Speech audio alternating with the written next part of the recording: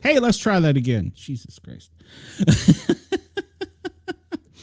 I had the microphone off, so it doesn't matter. At any rate, we're having some technical difficulties. Welcome to the Paranormal, guys. I'm your host, Sport Cat. I am joined by my wonderful, beautiful sidekick co-host that is like should be out here telling me when I'm screwing up. So once again, I hit go live, and it all went away. Yeah, I'm so annoyed. I'm so happened. annoyed. So it must be our topic because, well, you know, we're going to be talking about something, well, it's kind of cool and it's kind of off our normal, I guess is the best way to say it. So, Yeah, Angela I'm is pretty excited. well, I am too. Angela is a therapist and she is a marriage counselor and she is also a sex counselor. So, yeah, Chris, I figured that out a little too late. So, I was back here going, no sound. I can't hear well, you. I was looking over here because the other board was going crazy. So let's bring Angela out and see how she's doing, and also let's bring the wonderful and beautiful Casey out, who's guest co-hosting. Can you hear us, Casey? Yes. Ah, all right. So we have a winner. All right. So Angela, you are a therapist, which means you can. Let me get this off the screen. Goodness gracious, I am screwing up everything tonight. You are a therapist, and that means you can also tell me that I'm crazy. I knew that, Glenn. It's okay. I'm a card carrying member. I'm okay with that. You're also a marriage counselor, and you are also a sex therapist. Is all that correct? Yes, that's all correct. And she, Amanda's right. I'm not going to call you crazy, at least not to your face. Mrs. Sportcat may be calling you after the show going, he's crazy. Like, yeah, I'm behind your back. Maybe you're like, I don't know what happened on that show tonight. We have a feeling a lot of people walk away saying that. Crazy's fun. I tracked it. So, so tell us a little bit about yourself. First off, what got you into this? Obviously, I'm sure it was to help people, but then you kind of took a right turn and went into more of the helping the adults, I guess. It's the best way of putting it. Well, I would say I wanted to help adults from the beginning. So back when I was in college, I graduated college in 2007. And there was this lady, Talk Sex with Sue Johansson, on TV. It was just this older lady who would answer questions about sex. And then she'd play with sex toys and rate it with burkettes. So like little fire burkettes. So like this one gets 3 burkettes. This one gets 4. And she was just the cutest lady. And I was like, that's exactly what I want out of my life. So I had gone through college for a while and I dabbled here and there. But then once I knew I wanted to do sex therapy, it was over. So I went for marriage therapy first, because you do have to get a license in some mental health field first. And then after that, then you can get your certification in sex therapy. And so, of course, you know, why not couples and marriage therapy? Because usually typically it's more than one person having sex, although you can have sex with yourself, to be fair. And there can be more than 2 as well, because we live in a wild world, right? So you can have sex with as many people as you like. Wow. That reminds me of Dr. Ruth back in the day. So yeah, and she's passed away. So there's a new opening for a sex therapist to just dive right into that place. There you go. You could have your own podcast. Mm-hmm. Oh, I am. You do? Okay. Yeah, so I have a YouTube channel at Open Bedroom Doors, and yeah, I'm re-upping my podcast. I had an old one about sexpodcast.com, but now I'm rebranding it to the Open Bedroom Doors. So everything is becoming Open Bedroom Doors. So at Open Bedroom Doors, openbedroomdoors.com. Because that's what I do. I just blast those doors right open, answer the questions that you're all curious about. Nice. Trying to think now if I had any questions about that. All right. Well, Casey, you've been quiet. Let's see. You've got to have some questions. You've got to have something down there. I saw that you're from Missouri, correct? Yes, I am from Missouri. Okay. The show me state. So, And I did bring my BDSM bears with, so I did want anybody who's in the BDSM or kink community to feel safe. This one's Barry Bonds, and this one is Consent Cub. And true story, I did a little contest to let people in my Facebook group name the bears.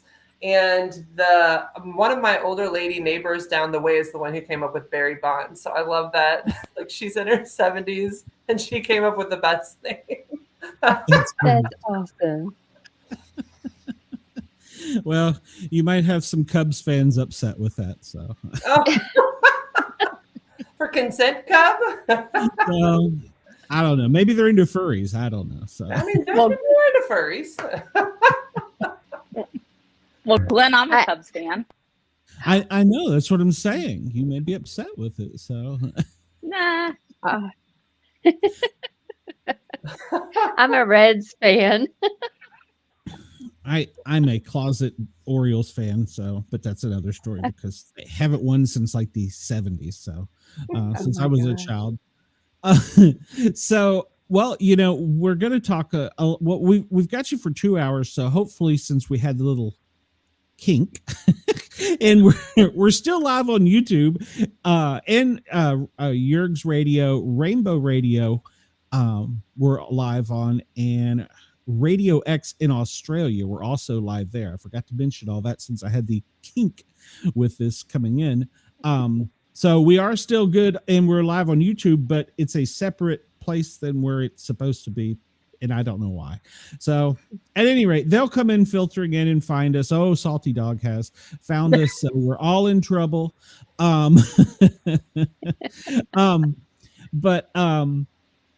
Yeah, so hopefully we'll get the chat fired up here. We've got you for 2 hours, which I'm excited. I want to talk not only the counseling, the sex stuff, the paranormal. I also want to get into some heavier hitting things like you're big on male health, men's health, and maybe touch a little bit on like PTSD or something like that. So that's why we've got you here for 2 hours. We're just going to drive you crazy with questions. So. I love it. I want to hear it. My favorite thing to do is talk about sex. I do it all day, every day. So, I'm essentially paid to keep my brain in the gutter. So, yeah, man. Mrs. Sportcat says I've got to keep mine out of that. So, I got in the wrong profession. Have you always been interested in sex therapy? I never really thought about it or really knew that was a thing. So I'm an optician. I talk about glasses all day. I love it. It's funny because I think I've been asked this question recently. People have been asking me about, like, did you always know you wanted to be a sex therapist? Like when you were a kid? I'm like, no. Like when you're a kid, you didn't. I mean, of course I didn't know I wanted to be a sex therapist when I was a kid. I didn't even know what sex was. So like, it's a weird question that sometimes I get asked of, like, when you're a kid, did you dream of doing this? I'm like, no, never. Like literally until I hit puberty. And then I probably started dreaming about sex. No idea that this was a career or that I would do this. It was an adult thing. I don't think I really thought about it being a thing until this very moment. That's hilarious. Well, what's funny is I do have a daughter who's 10, and my sister does every now and then take her to her church. And when she was at her church, she actually said in front of my daughter to the people in the congregation, she was like, my sister is a marriage therapist, but my daughter was like, no, she's not. She's a sex therapist, Ma. Thanks. To the entire, I wasn't there, but Oh, where'd she go? I know. She waved and she was gone. She did. She waved her hand over the screen and she disappeared. Do you hear? I'm here. That was a great trick, Angela. Like that, you're gone. I could disappear before your eyes. But like you're in, even me, like when I'm in certain company, I'm careful about how I introduce myself, right? So like I work with people across the spectrum of beliefs and values, right? And so in certain rooms, I'll introduce myself as a marriage therapist. And in other rooms, I'll introduce myself as a sex therapist. So of course she was in a room where you don't introduce me. Although everybody remembers it to this day. So, good for them. Well, I would say there's still a lot of people that are, I guess, shy is probably the best way. And people, when they come in and talk to you, I guess, kind of get a rapport before they come out with certain things. So, I mean, I would be embarrassed to say it. So, yeah, I would say people tend to binge watch me on YouTube for a while first, like before they even feel comfortable coming in. Actually, I had a client tell me that recently where he was like, I'd watched your videos a few times, and then I was like, okay, she can talk about anything, so I can see her. So I do. I think people are a little shy up front, and then over time they get a little more comfortable. Like, that's just how it works. Yeah. I keep switching places with Casey. It's like we're doing like a little ghost dance down here. Well, I'm doing that because when I have a comment, she's smaller on the screen, so it won't cover you up, so that we can see if you turn blood red. So we already know Casey's going to. So are you able to tell us like the funniest or weirdest thing? Like, what's your favorite story to tell from the work you do? Yeah, I have a few. I just have to make sure no names or like identifying Right. features are told. But one of my favorite stories, I wrote about it in my book. There's this older couple, and they like the topic of the day was hand jobs, right? And so we were sitting there, and he goes, or no, it starts with her, and she goes, I give you hand jobs in the shower. And he's like, yeah, but you're too rough. You need to be more gentle, like tickle the balls a little. And she was like, and I was like, this is my day. Yeah. That was an hour just talking about hand jobs. They're like, well, are there ways we can soften them? Maybe you guys need to talk a little bit about like, how would you like the hand job? Are you okay with giving these hand jobs? Because, I mean, she was doing that because she was struggling with sex. Sometimes as people age, like their bodies change. And so it's harder to do penetration, right? She had painful sex at times. And so, she wasn't as interested in sex. And I'd say that's like one of the common things that I'm dealing with is like one partner is super interested in sex and the other partner really isn't. And so then part of what we're doing is coming up with creative ways to help them be intimate that don't always include penetration, that can, like, basically I call it creative sexuality, where you can use your whole body from head to toe as capable of giving and receiving pleasure. But like they had come up with some agreement to give hand jobs in the shower, and apparently she was just like kind of roughing it, like getting there to get it She over. wants it to be over. What's that? She wants it to be over. So yeah, she's like, I just want I to do get it over. I do it harder, it'll go faster. we're gonna run out of hot water. So, all right. So we have our first question. It's from Salty Dog. Angela, do you find that sexual repression no longer exists in Western society, especially in regard to women? Sex is now as casual as getting coffee. Hey, wait a minute. Where does he know these women? I need to. I'm like, I don't know anybody who's having that. So I would say that's a good question, and it's interesting. So no, like the people that I'm seeing are not having as much casual sex as you might think. Actually, like the couples I work with, a lot of them have friend zoned each other. So my positioning statement is I help couples who are best friends take their relationship from the friend zone to the sexy zone by normalizing conversations about sex, right? That's what I do. And I would say my most common couple is couples who've been in the friend zone or a roommate zone for a long time. And so they're not quite having casual sex. So that's my client population. But in the younger population, I would say casual sex appears more frequent. But what's weird is I recently did some research. So Psychology Today just put out an article and said that the Gen Zers, only 50% of them are in relationships. 50% are single. And so actually, while there is casual sex, people aren't talking directly or openly about it. there's still discomfort. Like they're the generation that's supposed to be the most open-minded about sex, and they're not having it. And part of that's because they don't talk to each other. Well, that's because they're so used to doing this, staring at a screen. That's my opinion. I agree. The 80s were a great time. So you at least had to talk to each other. Sometimes I do find it easier to talk through text, and I'll say, I'll just text you what I need to say, and that makes it easier to talk through text instead of face to face. So do you sext then? Like send sexty texts? No, it's like when my mom passed away, if I started speaking about it face to face, I would just start crying and you couldn't understand a word I would say.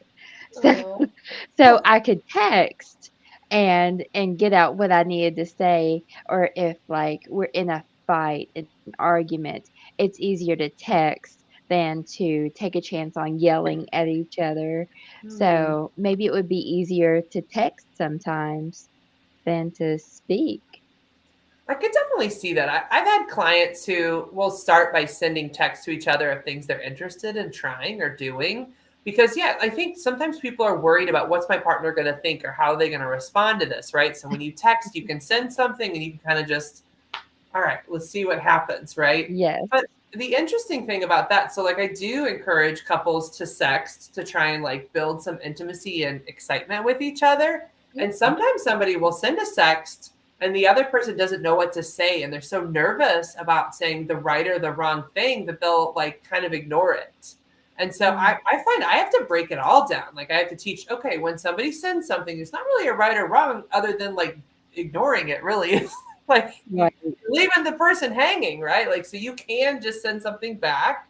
But I even have to teach people how to level up when it comes to sexting. Cause like what you'll see is somebody will put like a low level thing and then they'll be met with something like way higher than they were ready for. Like it'll go from, I think you're cute to a dick pic. And it's like, I'm gonna do it again. And it's not always that way. Like it can go both ways, right? Like, and so I think couples need to learn how to like level up slowly with each other. Like you can sex kind of low level, like you're cute. Oh, you're cute too. Oh, what do you want to do? I don't know. Like you can do that on text. And then boom, dick pic. But then work into the dick pic, like grow. You like literally grow. I need a So macro this is lens. soft, but just wait. Salty says the very fact that there are so many who are, I guess he's not in relationships, kind of bears out my point that you don't have to be anymore to have sex on the regular. I think that's what he's saying. So Yeah, you don't have to be in a relationship. People are just having sex with everybody, so you don't have to be in a relationship. I don't know. I just don't know if that's 100% true. I do know that, like, all right, when people divorce, I do think there's a casual sex time that, like, I call it like the new teenage years where, like, people get divorced and they've been stuck in a marriage for a long time. So there is a time where people kind of have a little more sex right then. But then after that, I would say, like, there is a period where people kind of taper off again and go back to whatever their status quo is. And so if you don't ever really learn how to talk about sex and get comfortable with it, then you can just end up in another relationship doing the same thing you did before. Although I will say there is a second marriage, like energy that people have. I don't know if you guys have seen this, but like that second marriage where they're like just so in love because they finally found somebody who will have sex with them. It's like usually in the first marriage, it stops. I've been married for 75 years. I understand. So I'm on my third marriage, so there you go. Wow. I did see a comment on there that said normalize consensual dick pics, and I think that is true. We should normalize consensual dick pics. Like, I wonder, can you ask the audience questions, actually? Oh, absolutely. Yeah. Okay. They want to know if you're married. So I am married. I am on my second marriage, so as you can see, a lot of joy. I just celebrated. I know. I just celebrated 6 years dating, but we got married last year. And so, yes, I am married. And actually, when I was dating, I can tell you guys this. So when I was dating, I went through my own period of like, all right, I need to see what's out there and have some fun. So yeah, there was some casual sex, but I always say that like to even like start dating me, like a baseline was you had to be good in bed. Like I wasn't gonna, I'm not gonna even give you a chance if you don't have skills. It's like the interview, I guess. Yeah, I mean, it wouldn't happen. It wouldn't happen right away. I wanted to get to know people first, but like, yeah, that was a good interview. If you had some skills to bring to the table, if you know how to go down on a girl, then like, all right, we're good. We can take this to the next level. Right? That's the first time on this show I believe that's ever been said. So. Going down. No, we did have the lady that had the alien that went down on her with glowing green eyes. So that. Oh, was he good? Was he good? Are they good in bed? I don't know. I just hope there are no babies from that. So. Yeah. So, we were going to talk about consensual ghost sex. My only request for people who are having ghost sex is like, have a conversation like, hey, I'm cool with this as long as we're doing A, B, or C. Because like, you know what? I mean, you still have a right to tell a ghost what you want. Well, you kind of joke about this, but I've had 2 guests on here that say they're widowed, both female, and they have sex with their husband in the ether or whatever still. And I mean, I didn't have Amanda to back me up at that point in time, but I didn't go into the in-depth like, okay, wait a minute, I got to know. This is like, so. Well, I don't know if I don't know if they're a ghost or not, but I do. So my sister, when her husband passed away, she said that she did it was interesting. Both her and my sister, so I have 2 sisters, Lynette and Pam. And so Lynette's husband had passed away, and they both had said in the same night that they saw Neil was the husband. And I thought that was interesting that they both had just seen, not necessarily he didn't have sex with anybody, but he did seem to, he was walking around in the house. And so they both kind of woke up and were like, so, I mean, I don't know. I don't know if ghosts kind of hang out in a house for a while before they head out or if they stick around. But I thought it was interesting that the 2 of them had seen him on the same night and kind of had a little chill around it. Oh, that's interesting. I'm actually convinced my mother-in-law watches me. So. That's disturbing. Right? Was she into you? No, Pat did not like me at all. It may have had something to do with a comment when we had an argument one time and said, that's all right, I'm going to go home and F your baby. So. So she's just lurking around judging you, like, pretty you're much still here. Yeah, every now and then I'll feel this pain. I'm like, damn it, Pat. So that's when you get that cramp. Oh, you want to have sex with my daughter? Let me say something about that. Exactly. That's it. Whoa, what is that poking feeling back there? So that's where the consent conversation needs to come in. You'd be like, I do not consent to this ghost touching me right now. Please step aside. Yes. I often joke, I like to go out in the woods with a group of people and we look for Bigfoot. And I often joke that I'm going to be the one to find Bigfoot and he's going to be gay. And I'm going to be the slowest runner. And so I will have discovered Bigfoot, but I won't be able to tell us all. So we just have to be able to run faster than you, Glenn, right? Pretty much. Pretty much so. Are you suggesting that Bigfoot's going to chase you down and hunt you? Or is he just going to have a what if he's kind of a nice guy and he's just like, hey, how's it going? What's your name? Because we don't know Bigfoot. He's going to roofie you, Glenn. He's going to throw me over his shoulder. Yeah. Like a continental soldier. Carrying me into his cave, into his lair. And I won't be able to tell a soul. So I got you. Even if you did, no one would believe you. That's true. Well, if you know my life, well, maybe you can take a video of it. That's Hold true. That's true. It'd be got their phones now. Yeah. Then you and Bigfoot will be sexting later. Be like, remember that night in the cave? Never forget. Then they'll secretly enjoy it. Like, That's It's okay. like- You know? Won't be able to tell us all. So. Maybe he was a nice guy. You don't know.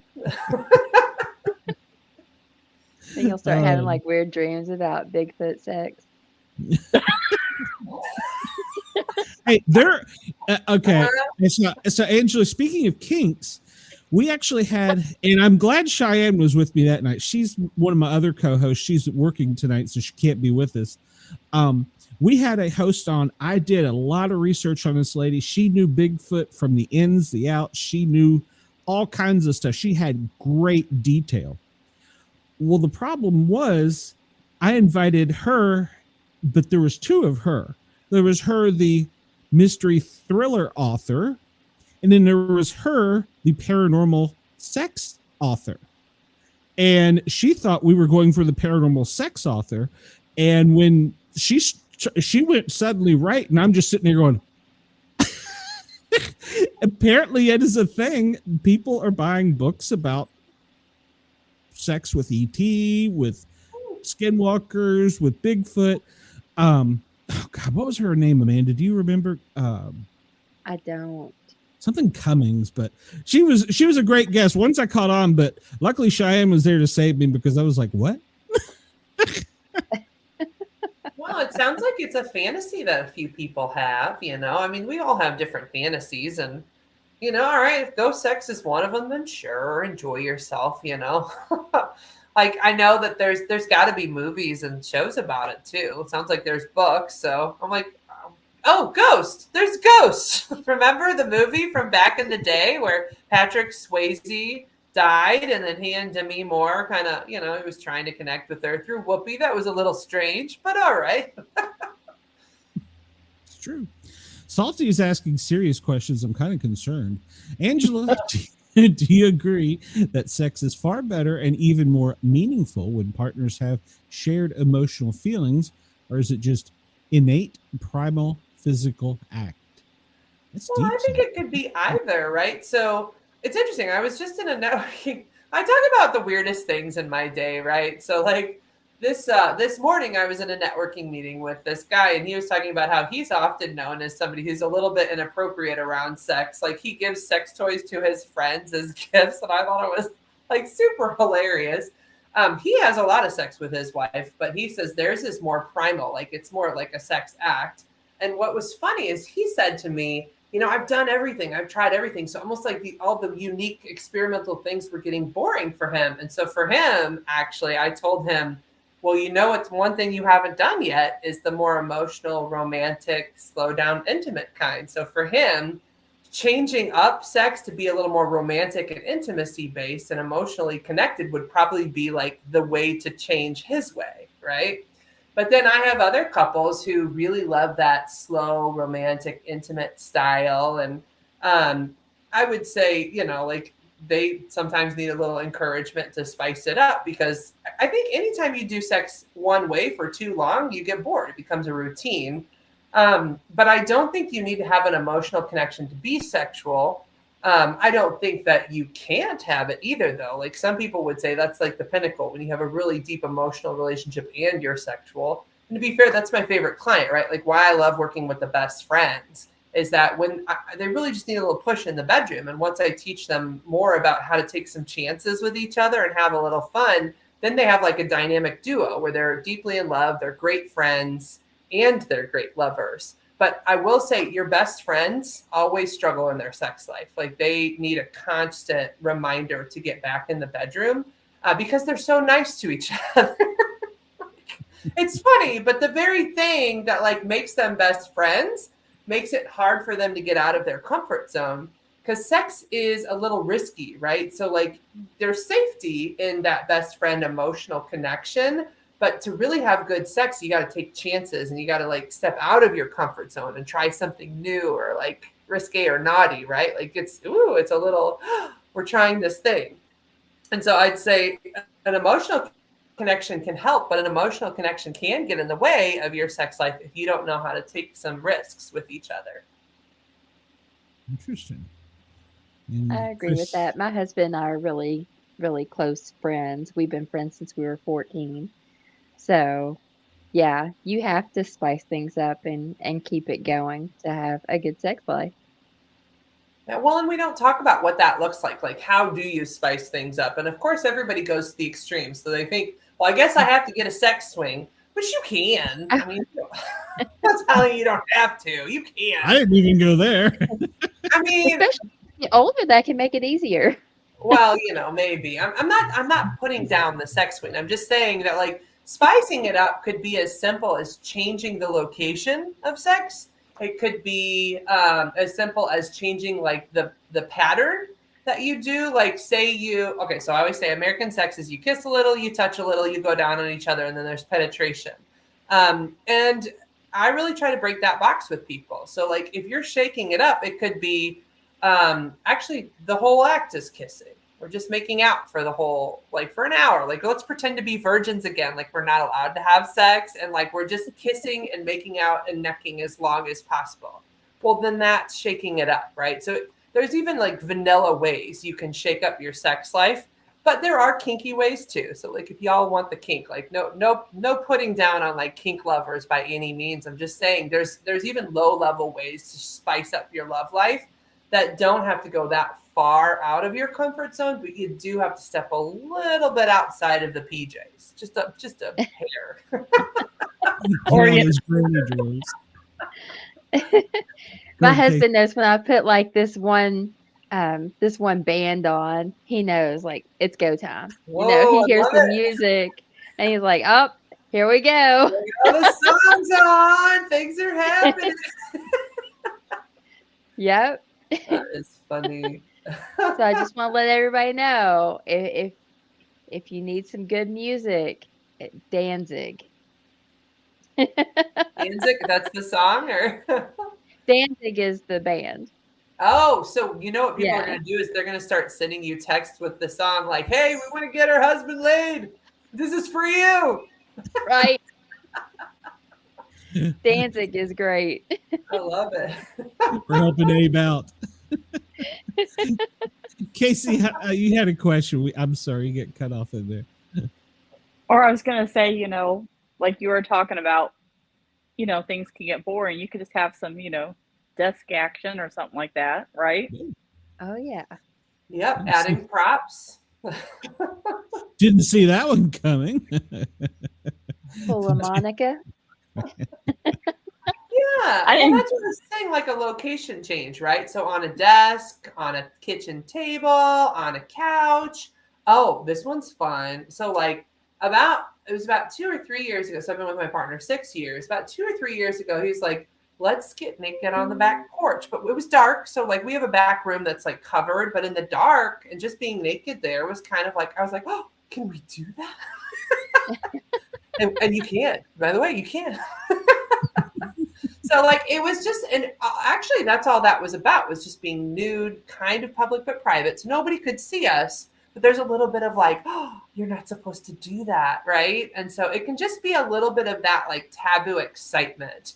Or like if you're at a restaurant. So when I want people thinking about spicing up sex, it doesn't even have to be about the sex piece. It can be about, like, say you're at a restaurant and you just stick your hand on someone's leg a little too high for comfort, like, "Oh, are we supposed to do that? Are we not?" Like anything that gives you that feeling of like the vapors, so to speak. Like, that's it. Like, it can be in your flirting that you spice up things too, right? I just ran a story on my radio show where I'm a DJ on a public safety internet radio station, the Thin on Rock station. And I just ran a piece where in Tampa, a couple were arrested. They were on the sidewalk of a cafe and he was diddling his wife under her mini skirt, and a Karen called and reported him, and they both got arrested.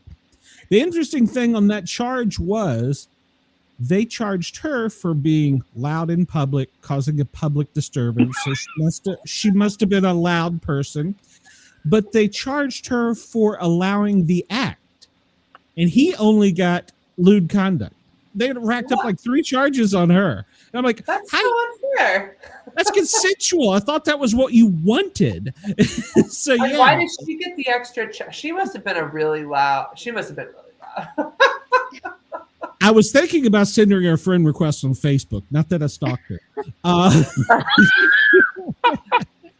There's questions that I need to know answers to. Salty Dog, Angela, why can some women can orgasm from aggressive? Yeah, that too. From aggressive insertion, and other women only have clitoral stimulation orgasms. What does I say? Can I bring my vulva puppet to demonstrate? By all means. I have all my tools. You're asking the right question. So this is my vulva puppet. I'm going to teach you all about why some vulvas need clitoral action and some need more thrusting, right? So I have to be careful with what you go on YouTube. So I can't get anything that looks too real. And so I am thoughtful of your show and not getting you guys in trouble. But so this is representing the outer labia. This is representing the inner labia. This is representing the clitoral hood. This is the clitoral top. And then inside is the G-spot. This little flower is representing the urethra. Okay. And I also have my clitoris. I think my clitoris is fine to show up, right? So here's my clitoris. This is what the clitoris looks like on the inside. So when I said the clitoral head is here, I'm talking actually about this little hook spot right here. That's the part that people are playing with. But if you look at the clitoris, look at it. It looks like a dick and balls. It does. It's the same body part, just smaller.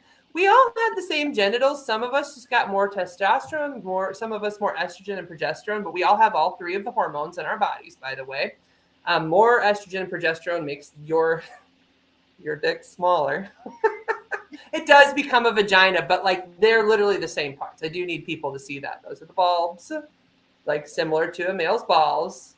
And there's a literal similar thing like this in the male body too, only it's bigger, right? So his penis ends up being this bigger thing, right? So anyhow, why some women need clitoral stimulation? Okay, there's actually a rule of thumb. And the rule of thumb is that if the clitoris is more than a thumb's length away from the inside of the vagina, then you're going to need more clitoral stimulation. Because for those women who are getting good thrust action, you're still just hitting the clitoris. Everyone is still getting clitoral orgasms. Even the G-spot inside orgasms are just internal clitoral orgasms playing with these bulbs. And yes, it's connected to the bladder. The G-spot is these inner bulbs connected to the bladder. But actually, every woman is getting clitoral orgasms. There's just internal clitoral orgasms or these external. Can you purchase those at Target? No, but you can purchase this. I got at Amazon. And this I got at the ASEC conference, which is actually I'm going to be there next month. That's the American Association for Sex Educators, Counselors, and Therapists. I will be speaking on becoming a solopreneur. If you want to join me, we're in Las Vegas. But yes, so you can actually get the vulva puppet at the ASEC conference. And I think the lady has a website too, but I will tell you a funny story about finding this. So I asked my husband to help me find a vulva puppet because all I could see was porn. I kept looking at vulva puppet. It was porn. I'm like, all I can find is porn. And he was like, move, I'll take care of it. So he found the vulva puppet for me. And he was so kind to sort through all the porn to find this for me. So tough job. Grateful. I don't want to watch a bunch of porn to just get a vulva puppet. I'll never look at a puppet the same way again. So yeah, so if the head of the clitoris is closer to the opening of the vagina, then yeah, getting some of that thrust action is going to be fine because you're getting direct clitoral stimulation. But so for other women, they're going to need a little more focused effort, like vibrators, right? And I have them all here. It's just depended on when it made sense to bring them up. So like this is a bullet. So some women like having something like this while you're having sex can help. Oh, I did it the wrong way.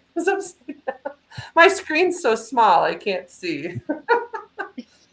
And then some women like you to go down on them and then have penetration, or you can have penetration and do any of those things afterwards. Like, so again, spicing it up can be, I give you a vibe action afterwards, or I go down on you afterwards, or I give you clitoral stimulation afterwards. Like, it doesn't have to be a set formula. And that's really what helps people like change things up and have better sex, is realizing that like there's a variety of ways to be sexual. Absolutely. So is that sudden gush wave of emotion that comes over the ladies, is that pee or is it something else? You talking about when they come? Yeah, when they squirt. It's a mix. It's a mix. There probably is a little bit of urethral fluid, but like just like okay, when a male comes, he's got a little bit of seminal fluid and he's got a little bit of semen, right? Like there's the fluid and the semen. We have a mix of those two. So there's trace amounts of it because it's still from the same area, but we also have like liquid lubricant. Like think of like when you're having sex and you get so wet you're just like gushing. Like some of that is just the natural lubrication in the vagina too. So there's amounts of it, but it's not like you kind of know when you're peeing and it looks yellow. But like I will say, I've had women say to me that they struggle to know and they get kind of embarrassed because, you know, like if you've never had it happen before. Like I had a friend, for example, who like had never, she had never squirted. And then suddenly it started happening in her 40s. And she was like, what do I know what to do? Like it terrified her a little bit. And I was like, it's okay. Just put some padding down because it does make a little mess. But a lot of guys think it's kind of hot. You know, like I always tell people, like, talk to your partner about it. Because if they're like, ooh, this is amazing, then like you're just getting in your head because of your own feelings about yourself, you know? Oh, thank you, Chris, for taking voluminous. No. all the blood may have left his head. I'm not sure. Well, I He do want is seriously to studying. promote that I have books. So like you can also find me at openbedroomdoors.com. I've got all my books. So I can't cuss, but this is from F no to F yes sex. So there's my I'm censoring for the show, but I want you to have F yes sex. So I have books. So you can take notes. You can also read the books. Nice. It would have scared me more if he said coloring book. So They have those. Coloring book. Yeah. Yeah, it's super fun. they do have those? Yeah. Yeah. See, I'm Do you old. I ladies don't know have these some things. of them? They're both nodding, but not saying yes. For those of us in the listening audience, You should all have an adult coloring book. It's wonderful. I've never seen one. I've lived my whole life without this. So How have you lived? I don't know. I just found out recently there's AI porn. So There's AI Yeah. everything now. I didn't know that. But I mean, you can like put into Gronk is the one that is allowing it apparently from X. And you can put in things and by God, it'll talk right back to you like it's a living person. And yeah, I just found out about that. It's kind of creepy. So not that I'm saying anything since I've been alone in Tennessee for 6 months, but I will say I do have a new phone though. So We did just talk about how 50% of Gen Zers are single, so maybe they're the ones doing it. You know, I mean, like, what else have you got if you don't have a partner? I mean, that's what porn's for, I guess. I guess now there's AI porn. You know, do you get to tell it like what to do? Is it like a Chat GPT? Like, show me them do it. You know, like, do you get to do prompts? it doesn't show pictures, but it'll talk dirty to you. If you say something dirty, it'll be like, "Ooh, you're making my gears turn. Let's talk more." And then it's just progressive. It starts off as a little humorous, like you're making my microchips heat up. This is for what I've read online. Trust me, I may have done a little research, just a little, but then it progressively steps up, and I was like, "Wow, I can't believe this is a thing." So yeah, No, the hard drive is going to overheat. exactly. You're making my circuits overheat. No. I mean, whatever. Like, I do teach people how to dirty talk. Like, it's not that hard. All you got to do is a low DJ voice. So say anything and just do it kind of low and sexy. And suddenly you're flirting. Like, that's literally all I teach people to do. You see, that's where I get in trouble. Beth says that I'm not allowed to, Mrs. Sportcat, excuse me, says I'm not allowed to use that voice because women are attracted to it. And I'm like, I'm just talking. She's like, no, women are attracted to that. And when I moved here from Northern Virginia into the South, apparently I talked different than anyone. And then when I went to Michigan, I was a flight paramedic and flew around the world. When I went to Michigan, all the nurses are standing at the desk going, "Just say something, talk to me." I'm like, "What? Huh?" And my nurse is like dragging me away. I'm like, no, I want to know what the hell they're talking about. Just say table. My husband Abe is in the chat, and he asked, "Why can I have sex but don't like to be touched?" And that's a great point. Like we see can that. be laying in bed together, and I'll just reach over and be like, "Hey, did you hear about?" And he'll jump. Like he does not like to be touched. He doesn't like for people to come up and hug him. Um, but sex is fine. So that can actually be overstimulation. Some people have like a sensory overload going on. Is that all the time, or is that just right after sex? It's all the time. So some people aren't used to touch. There's a couple things. So some people have overstimulation where like if there's just a lot of like think of like nails on a chalkboard, right? Like have you ever heard that sound? Like for people who have overstimulation of their senses, like every use of each sense feels like that, like nails on a chalkboard. And so for some of them, one of the ways to manage that is to take away one sense, like take away sound or lower lighting so that they can get used to, like, instead of having to address all five senses, like it's like feeling like your senses are loud. And so if you take one sense away, then they can become more comfortable with the other. That's if it's overstimulation. If it's that they were unfamiliar or like it wasn't a part of day-to-day life, they may need consent questions before doing it. Like they may have like just a jolt response because they're not used to touch. And you can retrain touch in your body, by the way. And so for you as the partner, you could always say, hey, is it okay if I hold your hand? Or is it okay if I put my hand on your leg? So he has an opportunity to actually say, yeah, that's okay. And then he may need to like choose how to put your hand on him so that he's in some control over how that touch goes. And then like there's a third thing that can go on. So if it's like I was just unfamiliar with touch growing up, like you can relearn touch by doing that process. But there's a third thing that can also go on, which is where people, I literally did this in session the other day. There was a woman who just had a lot of trauma associated with different like touch. She had been in an abusive relationship prior where she didn't have a choice in touch, like at all. And so when her husband would touch her, she would just move him like, okay. And I had her practice like putting his hand on her leg with her choosing, but then neutralizing the touch in her brain, which basically looked like hand, fingers, pressure, like real neutral internal thoughts. Initially, when he would put his hand on her leg, fire alarms would go off in her head. Like she would move fully into her fight, flight, freeze, fawn response. And so when I was teaching her neutral language, I was teaching her how to move that touch out of fight or flight and into a more neutral parasympathetic nervous system space. And so it really, like, to answer the question is that it depends on where it comes from. And there's a different route for each issue, as you notice. And like, that's actually why I'm a sex therapist, right? Is that there can be multiple reasons why someone struggles with touch, but you can learn and relearn touch in a more positive and like kind and soothing way. But you do have to practice. Like that's the area where like the best friends struggle, right? Is that they're so kind to each other. They're like, okay, no big deal. And they just kind of like avoid it instead of address it with each other. And like, then over time that builds into resentment of like, I mean, I guess he doesn't like me, or I guess she doesn't like me, right? Well, you can learn to get comfortable with touch, but it does take some practice and taking chance. Like it's that risk, right? Like it really, a lot of sex is risk tolerance.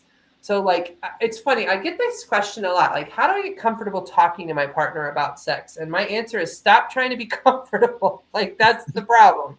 Like get used to risk tolerance. Risk tolerance is it's uncomfortable bringing up that I want a sex swing.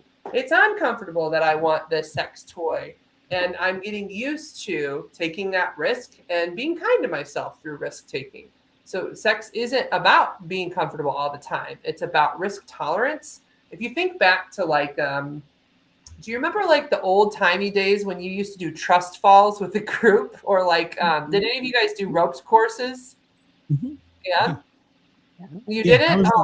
I was a firefighter paramedic, and since I was the paramedic, I couldn't tie a damn knot to save my life. So I was the one that was threw over the building. So it's true story. Right. I don't know why it is. I'm apparently not good with my hands. I don't know. I cannot tie a knot to save my life. And they sent me out of paramedic school to the technical rescue team, where that's all you do is tie goddamn knots. Oh my gosh. All right. Well, did you learn to tie the knot? Some of them, yes, but no, not all of them. So I went to the hazmat team. I preferred to get in the glow suit, so I transferred to the hazmat team. But. Well, okay, the point still stands. So for Sorry, those of you, no, you're good. For those of you who listened who did like ropes courses or like trust fall things, what you did is as a group, you got comfortable with each other. You learned how to do the thing, but then you took risks, right? Like I remember this ropes course where we had to like help each other move through a tire, right? Like it was taking a chance and taking a risk.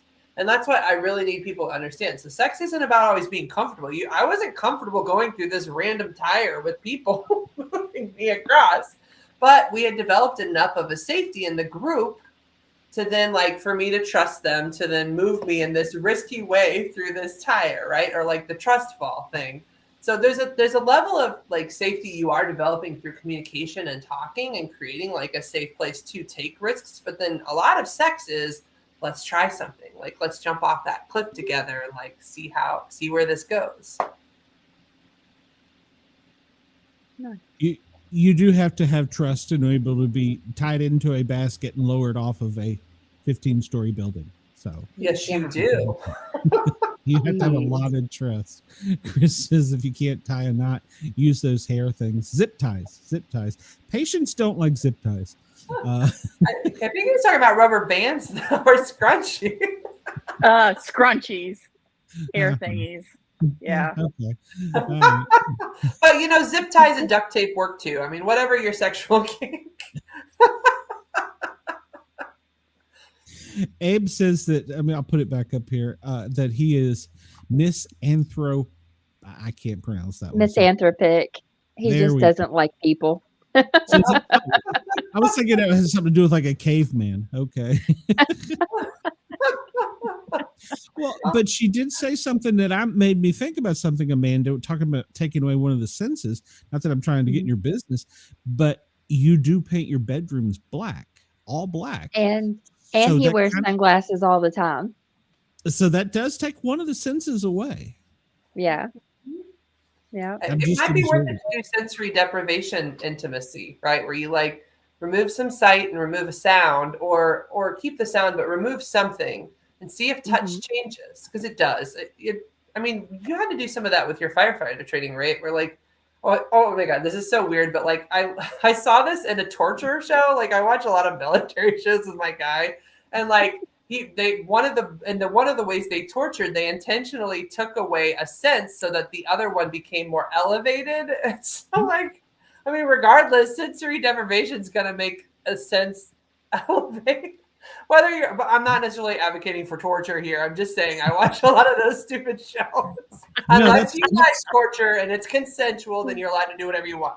Yeah, that's one of the things they do is they take your vision away from you, and of course they make it allowed surroundings. And like one of the tests to get out of the fire academy is they literally drop you. You've used the burn building all 16 weeks to fight fire, learn about putting out fires. The basement has got 3 to 4 feet of water in it, depending on the season. To graduate, they walk you down there, push you over in the water, full turnout gear, air pack on, and your vision's gone. They're putting flamethrowers over you so you have the heat. And there's a maze of hoses. You have to find the right hose before your air tank runs out and get out of and follow that hose out of the building.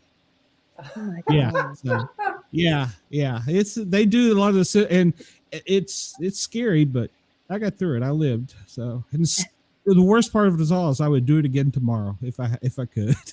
Oh. Well, you know, I was thinking of one more that it can be, because again, I don't know, but like I know many reasons, right? And one can be the type and pressure of touch. So like I had a client, and it was a guy who's like, I just don't like being touched, but I always ask more, right? Like, so as a sex therapist, I don't ever take an answer as its own answer, because a lot of times there's a lot behind things that people aren't aware of, right? So I had a guy in my session who said he didn't really like being touched, But what we did is we practiced different like pressures of touch. And it was that he didn't like that she gave light touches, but they had never really experimented with different pressures and types of touch. And so like, and also like some people can like not like this, but if there's just a firm, like we're here and that's the only kind of touch there is. So like, it was interesting. We started practicing different levels of pressure and like whether movement or just firm straight was good. And like, actually he did find that certain kinds of touch he could be more open to, but like it was more firm, not moving. There was a time frame. So he could do it for about 3 seconds, but like he did learn a little bit about himself.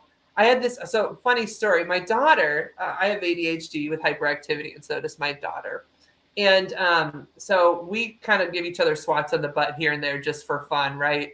And my daughter, when she saw this, of course, she modeled after us, right? So my daughter would come up to me and she'd go, whack, like had no like intensity awareness of how painful. I was like, ow, Olivia. Like, yes, we swap, but like for fun. So I actually had to teach her levels of touch so that she understood. I was like, so that is a 10 on a 10 scale of touch. I need you, if you're going to do this, to be at a 3 or a 4. And so we had to practice like different, this is a 1, 2, 3, you know, like, or whatever your version is. And so it can even be that like levels and intensities of touch, of relearning essentially. But people don't talk that in depth about touch. So if you're getting a certain kind of touch that's just really irritating, over time, you just say, no, I don't want touch. But if you realize you have ways to do it and to change it and adjust, then you can get the touch, but it will look differently. That's where that communication needs to come in. I'm concerned for Abe. She's an ex-wrestler. She's going to punch him in the eye. I did get him in that camel clutch one night and he couldn't move. So, yeah. And he's a big guy. And Maybe he likes yeah. to wrestle. Right? Yeah. We got some moves. I love it. I'll break a hip. So let me push a button real quick for our internet and FM affiliates that have to get a commercial in. Let's take it's just a little break if I can find the right button, so that they can get their commercial and radio ID in. Let's get ready to rumble! I'm Miranda Maverick, and when I'm in fight camp, I never listen to the Sport Cat podcast. And welcome back to hour 2 of the Paranormal Guys, where we're talking about paranormal sex and real sex and Abe getting punched out. Let's all state our, I don't know what he means there, approved fetishes. I'll go first. I'm a fairly young, under 40. Oh, soul, pay attention. But my fetish is women with cellulite thighs and asses. I like it. That's like basically normal women, right? Like, right. What you see on the shows don't show actual women, and cellulite on thighs is what actual women have. So it sounds like you like women. Funny, that's a fetish. Casey, what woman doesn't have cellulite on their thighs? Like, I have some right now. Not showing you because that's not that kind of show, but I have cellulite. Do you ladies have cellulite? Yep. I'm so grateful that you like real women. We need more of you. Can't afford to get rid of it. It's your turn. What's yours? What we see is fake women, like a lot of fake, like, you know, what they pick for in Hollywood is for a certain look. And it's a little, you know, like fake boobs, like a lot of maybe more Botox, you know, I mean, I know not everybody gets work done, but like it is the look that's shown on TV a lot. So I really appreciate that you like a natural looking woman. That's really cool. I will say that I am not one of those that likes that where they wear tons of makeup and everything's plastic. I mean, it tastes the same, but it doesn't, I just don't think that, to me, that's, I mean, they're hot, they're cute, they're, you know, whatever, but anybody could buy that, if you have enough money. So I'm not for that personally, but. Well, and there's so many filters now too. It's like, I mean, I don't know. I feel like it's weird. It's like, like I think it's interesting that the fetish is that like, like this is what a normal person looks like, but we're not seeing enough of normal. Like this is what women look like naturally, and this is okay. Actually, so if you want to see some normal, there's this thing called the Great Wall of Vulva. You can look that up on, like, I think it's Great Wall of Vulva, and you can see like this wall of different artistic vulvas, because like even in porn, they show for only a certain kind of vulva. And usually it's very thin labia, like, because it's about like what on screen is, I guess, appealing. But like women have all kinds of labia. They have different, and I have this, right? They have different, longer, shorter, wider, thinner, darker, lighter. And so I think we need more normal representations of women and men, so that we feel a little like that's one thing that's keeping people from being sexual, right? Is this feeling that there's something wrong, or they're not prettier enough or sexy enough. And the reality is you're all sexy. You're people. You can be sexy just being you. You don't have to do all that extra stuff. But I think with all those filters and porn and shows, like it makes you feel constantly like you're not good enough. I don't know. What are you guys seeing in the world of, I don't know, liking yourself? I totally agree with that. Yeah. All the Photoshops and everything. Yeah, I'm not. I mean, I don't know how to use half that stuff anyhow. But I don't think that makes you look prettier per se. I mean, but then again, we went through a few years there where you couldn't sexualize either sex, but specifically women, or you were a bad guy. So like if here in the South, if I open the door for someone and say, "Oh, here you go, ma'am," I could be blistered. So I just let the door slam in their face now. But well, has that shifted some? Have you gotten a little more comfortable holding the door open? I still do it just because that's the way I was raised. But I have had women tell me, "I don't need you to do that for me," and I'm like, "Okay, I'm gonna go get my Mountain Dew. You F off." So, but yeah, I mean, it is true. I've actually had that. Women tell me that I don't need a man to open a door. Well, I wasn't opening it because you're a woman. I was opening it because you were behind me. Right. So, yeah, it doesn't have to be a gendered thing to open a door for somebody, like it's just, hey, I saw you were there. Hey, here you go. Like, it's weird that it became a gendered thing, because I feel like it's just a common courtesy thing to hold the door open for somebody and not let, like you said, the door slam in their face. It's like, fuck off. Yeah, sorry, you're on your own. Whatever. So I did go through a period where I just walked in, because after I got yelled at, because she screamed at me in a QT, which is a gas station here in the South. Like, I'm like, okay, well, you obviously have never been in the South around gentlemen before, so. Right. Or just nice people in general. True. So Casey, let's hear a little bit from you here. You were a different shade of red, and you've been awful quiet, so we've got to drag you in somehow. I did notice. I was like, is she going to stay frozen the entire episode?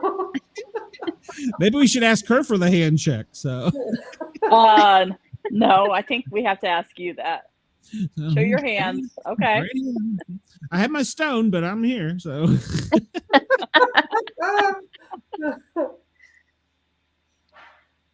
But I did take a human sexuality class in college, and that was probably one of my favorite classes.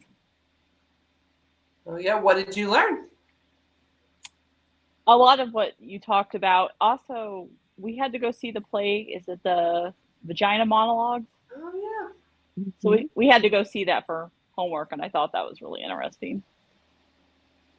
Yeah. Why don't you tell? Because I'm like, I've never seen the Vagina Monologues, but like, so what are the Vagina Monologues about that you remember? They basically just like tell stories, like various stories. Like they talk about like sexual assault and like what a vagina should look like, and that this is normal. And it's been a while since I've seen it, but I don't know if it's still around. It's got to be. Everything's still around. I feel like I've seen it recently. Yeah. It's not a horror movie, Amanda. So. No. I know.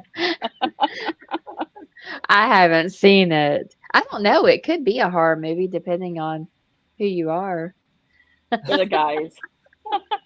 right? It's Yeah, like that episode of Friends where they send Chandler to that play by himself, and it's the woman, and she's like, Chapter 1, my first period. Kind of. So, well, it's probably about like relating to your vagina too, right? Like there's just ways Mhm. that it's probably, like it. So I did these videos. So again, it's at Open Bedroom Doors if anybody wants to see my YouTube channel. And I recently did some videos about getting comfortable receiving oral sex as a woman. And a lot of women, when I dig into that, so like anytime somebody says, I just don't like this, or I'm not wired like that, it's always BS. You don't know how you're wired, by the way. Like, quit saying it. You don't know how you're wired. Like, and actually, brains have neuroplasticity. So anything you do now, you can unlearn, you can change, you can grow. So, like, yes, you may have certain habits or patterns that you have.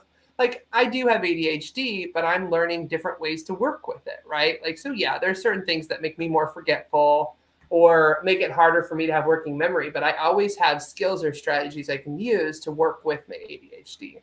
So anyhow, anytime somebody says something like, oh, that's just how I'm wired, or I don't know how to do that, it really is just the excuse you give for not changing or learning something new or different. And when it comes to receiving oral sex, somebody will say, I just don't like that. Well, I never accept that all by itself. I ask, I dig in. And a lot of times it's related to how a woman's treating her vagina. And a lot of women are very mean and harsh to their vaginas. Recently, I had questions about like, how do you know if you're smelling or not smelling? Or, like that's comes from, I guess, culturally, there's a way we put down women's smell that makes them constantly like, am I okay? Is this not okay? But like, again, if you're receiving oral and you're thinking about, do I smell? How are you going to feel sensationally good during that experience, right? Like you're distracted. So like it could be that, it could be, is it ugly? Is it not normal? It's usually body image stuff that's getting in the way of receiving oral sex well. And that's true for men too. It looks like roast beef. Well, does that mean hearty and tasty and you can't wait to go eat as much of it as possible? Put some Arby's sauce on it. Because good for you, right? And like we did say, we were going to talk about male sexuality, so we should bring that in too. Like men are having struggles with themselves as well. I mean, do you like to be called Sport Cat, or should I call you something else? No, you can call me Glenn or Sport Cat, either one. Glenn or Sport Cat, because that's the thing that's on there. Like, I'm curious what you're seeing that men are struggling with, because I actually just like going straight to the source. Like, you guys do talk to each other some, I heard. Well, no. Well, one of the problems I find is that we can have our jocular humor amongst ourselves. Now, especially around 14 guys at a firehouse. Mm-hmm. But, and of course, we're also like family every third day there. I know their wives. I know their kids playing ball. And we know the intimate details a lot of times because men do gossip. That's a joke. Telephone, tell a friend, tell a fireman. So it's true. And we're also some of the biggest whores. But I find that we're okay talking amongst ourselves, but when you go talk to your significant other, it's like there's a wall there and you can't get past that. That's what I'm hearing most from my coworkers and stuff. And I think it could be something. Then again, not to try and throw the firefighter thing in here, but we are adrenaline junkies, so we're either all in on something or asleep on the couch. So that might have something to do with that, observation. Yeah, I think in some ways, like, yeah, you guys being all in, sometimes it can kind of scare off the partner. Like if you guys don't have like a way of leveling up as a team. But I'm definitely hearing that too. That guys just struggle to talk directly with their women, and like they feel like there's a barrier, right? Like, how do I talk to her? Like that's one of the biggest questions. Like, how do I bring up that I want more sex or that I would like a more of an intimate relationship? And I've found that a lot of men that I'm working with actually want a little more intimacy, not just sex. Like as they age, they actually want to hug, they want to cuddle, they want to kiss. They're like, more and more, like, so this is my therapy couch that I'm on, and like every man who sits on here is like, yeah, I just wish she would touch me or compliment me or like be with me, connect with me somehow. And so it's interesting because what you would think, you know, like people kind of think of men as like, oh, they just want sex, but like, no, I am here. I'm in people's bedrooms talking to them every day. And a lot of men want connection. They want to feel like loved. They want to feel attractive. I had one guy, actually, it was another sex therapist that was a male, and he said I could go for months without ever getting a compliment from another person. Like, and they're lonely actually, and they don't know how to talk, and they weren't given, like, growing up, we didn't teach men how to talk. So it's interesting. I've got this 10-year-old, and I'm looking at like the landscape of children, right? So in my school for her, or her school, there's a Girls on the Run. And Girls on the Run is this great program that teaches social skills and gives the girls a chance to like talk with each other. But like, just so you guys know, women already were good at talking. So I'm glad they have it. I'm not putting Girls on the Run down, but I am saying, where's Boys on the Run? Where's the thing that teaches boys how to talk and like talk to girls, talk to each other, take care of their emotional needs? Because boys are at a deficit and always were. We're not teaching them how to talk. We're not giving them like any tools, like at all. Like, women will talk for hours with their daughters, but not say a word to their sons, or men too. Because again, if it's up to the father, well, he wasn't taught anything either. So they're just passing down this emotional ineptitude, and it's not their fault. And we need to like do something to address it. That's why male sexuality is like super important to me this year, because I realized like we're just passing down like this inability to talk and share their needs. And like, if we don't change it, then they grow up into men who are depressed and lonely and don't know how to take care of themselves, right? And like, they funnel all of their emotional energy into sex, but they're whole people. Like, they have all the feelings just like us. There's nothing about a dick that makes you less capable of being sad or like abandoned, you know? Like, those are all normal human emotions. I don't know. What are you guys' thoughts? I can go on forever, so I'm just curious what you guys think. And we're constantly saying, oh, you're so sexy. I call him my stud muffin, you know, like, oh, you're such a stud muffin. All the women, you know, I have to carry a bat with me to beat them off of you. You know, and it really, I should. but, but yeah, we always tell each other things like that. And it's nice to get those compliments. And we always tell each other I love you every day. And you have to do that to let them know that, you know, you're still interested after all these years. Aww. I agree with That's that. so cute.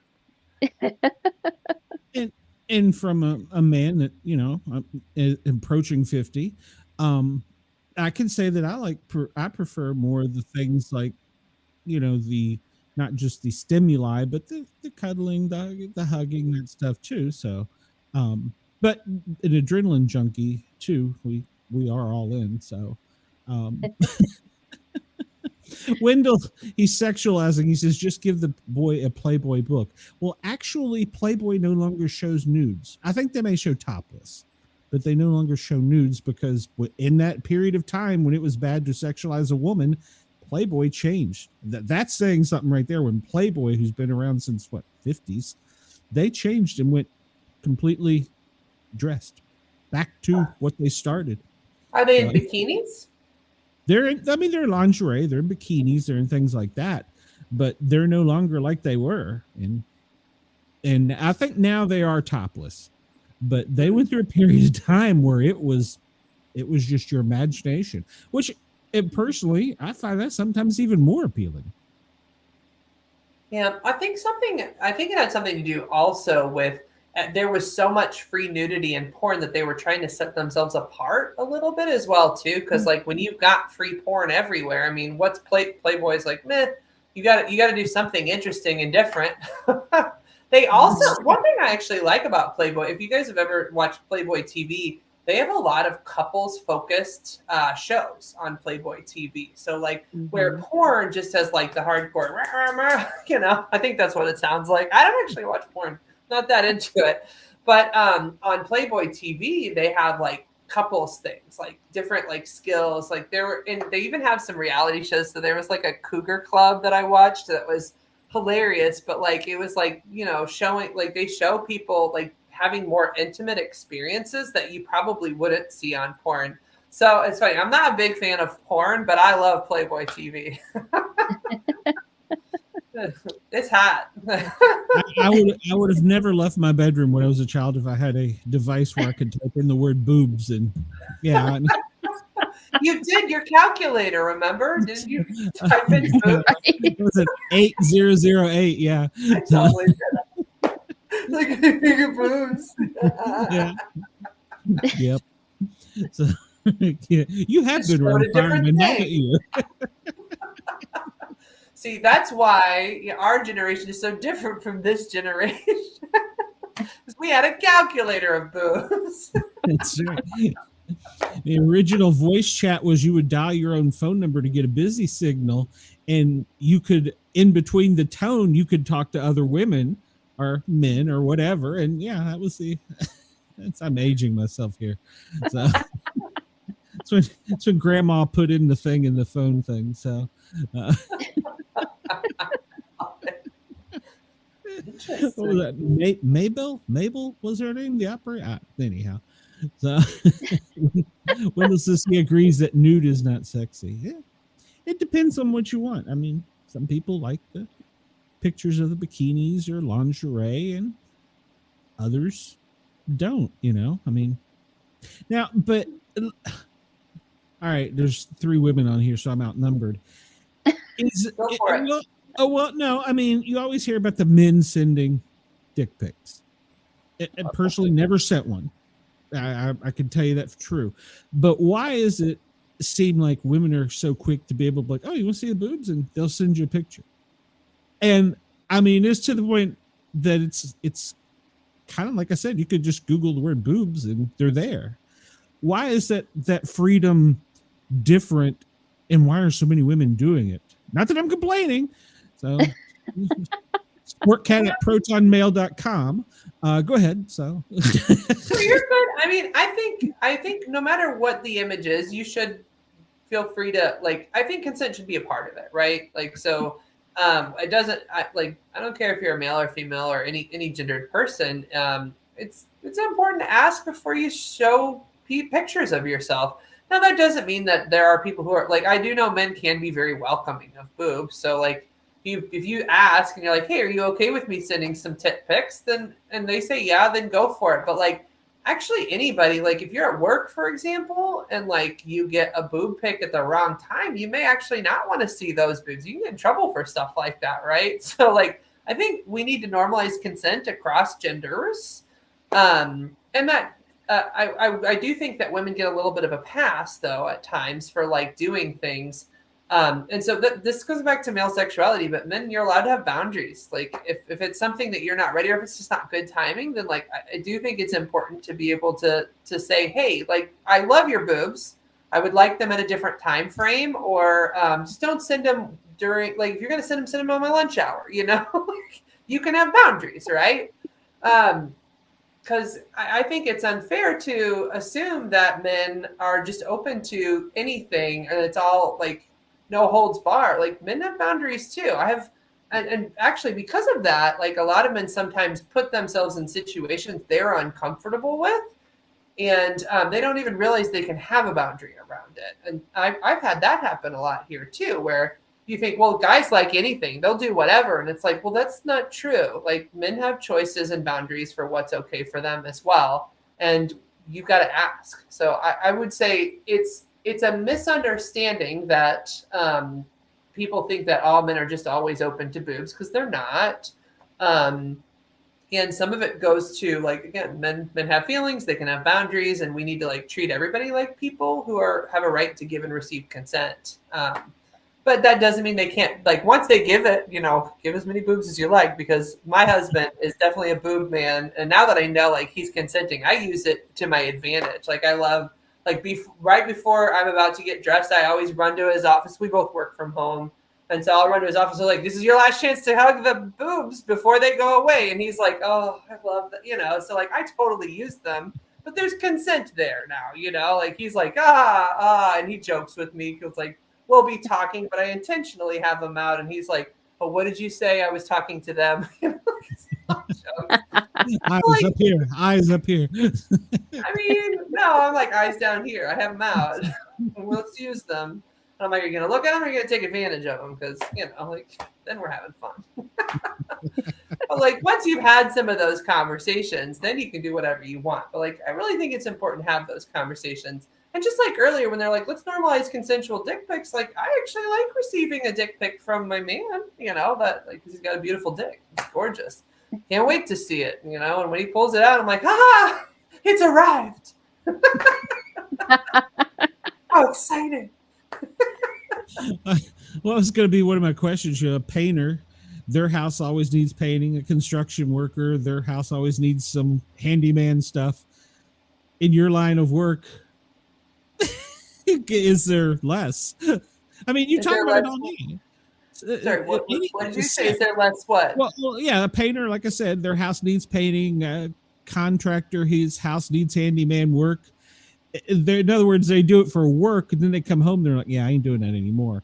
Is that way with your job too, or are you kind of it enlightens you? No, I'm very highly sexual, and so is he. Remember, sex was a baseline for us to date.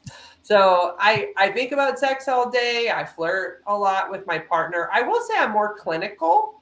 Like when you can see it here, right? So like I'm not flirting with any of you. I'm talking to you. I'm teaching. I model it. But I am very professional with clients and how I approach the topic. But with him, it's totally different. I flirt with him all day. We'll send each other stuff. It's funny.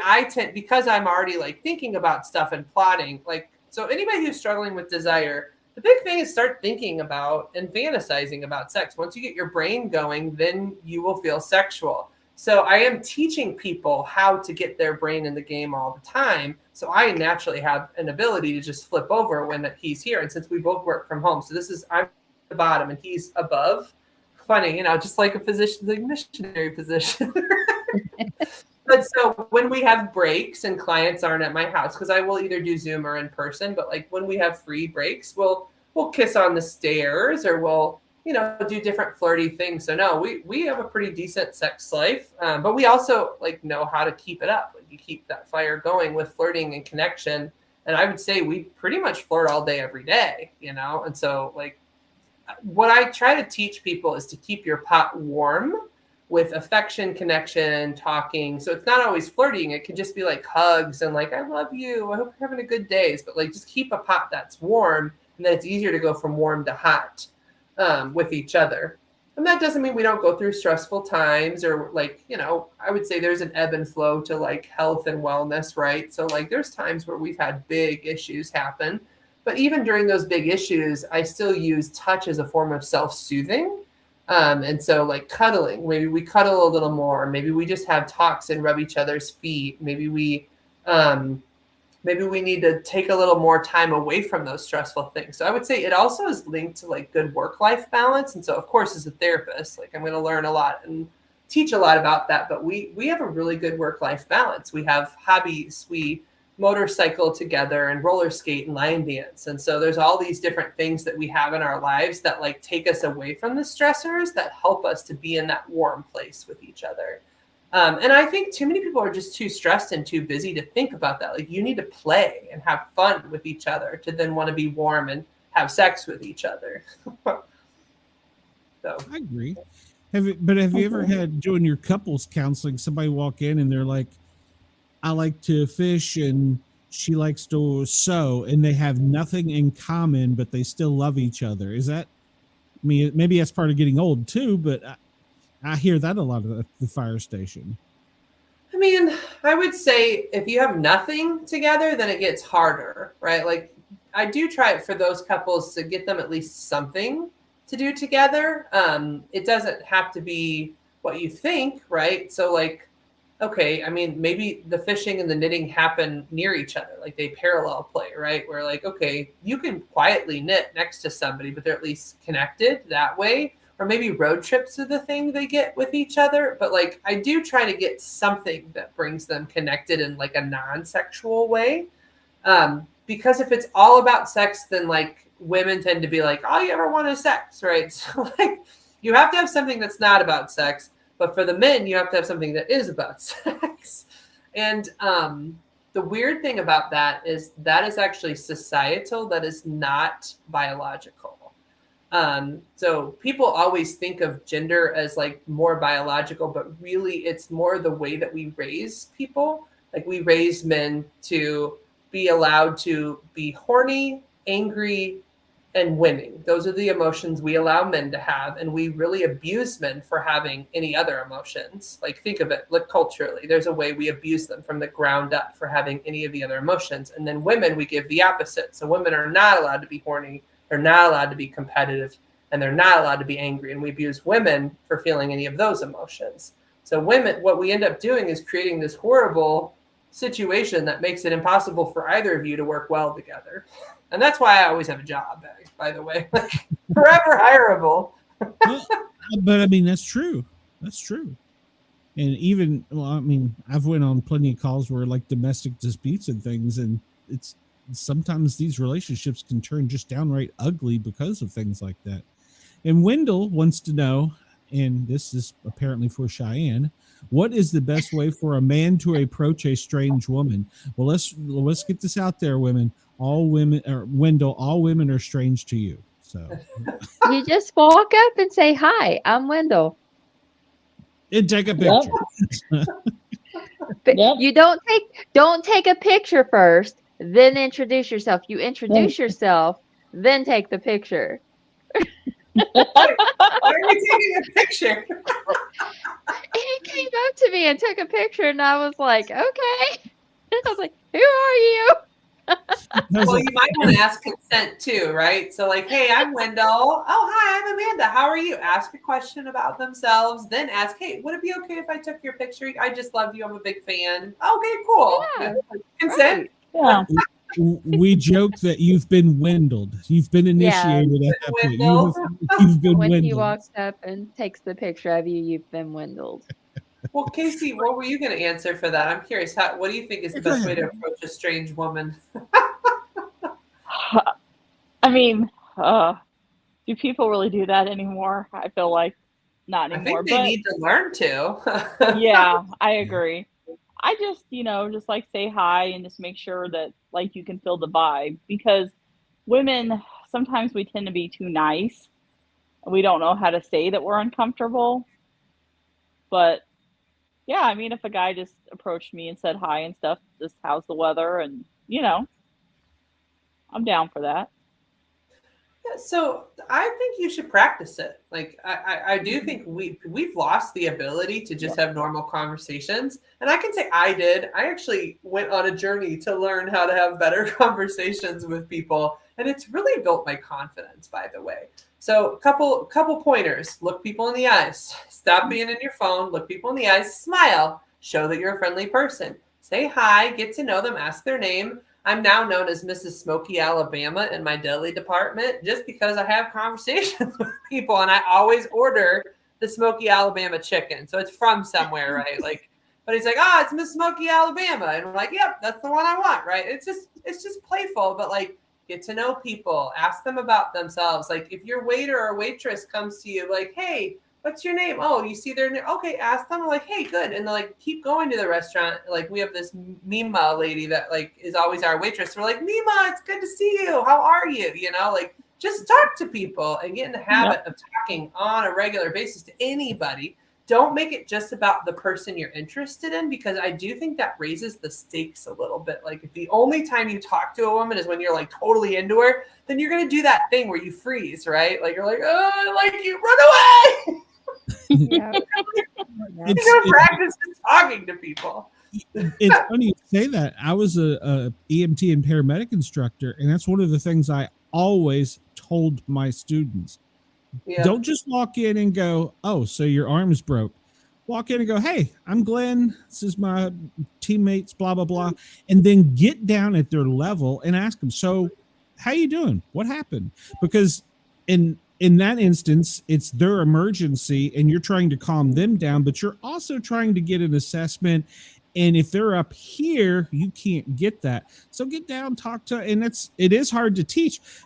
Now, I did notice when I was teaching these younger generations, they were like, well, shouldn't we just ask them about their broken arm? I'm like, well, yeah, you're going to get around to that, but you're going to determine a lot of things. Yeah, I mean, you're going to okay, they're alert, they're awake, they're oriented, they can speak, they're breathing. So we've got 5 things right there, and you just said hi. You know, so there's more things, and as teaching them that, but the younger generation, it's like, well, we just want to go in and put a bandage on it.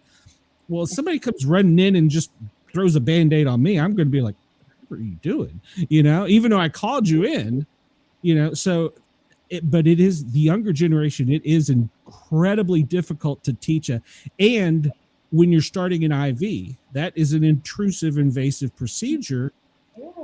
I've always tried to teach them, look, I did get in trouble, and if he's watching, I'm sorry, but I did get in trouble at EMT school because I had this really hot blonde that was my student next to me, and I turned to her because we had to start IVs on each other, and I said, ma'am, you may feel a little prick. I got sent to the dean's office for that, but you have to tell them, okay, this is what I'm going to do. You don't just suddenly just jam a needle in their arm. So yeah, you have to learn to communicate, and the younger generation lacks that. All right, so catching up here in the chat. So Chris says, so starting relationships based on things outside of constant sex can be a good idea.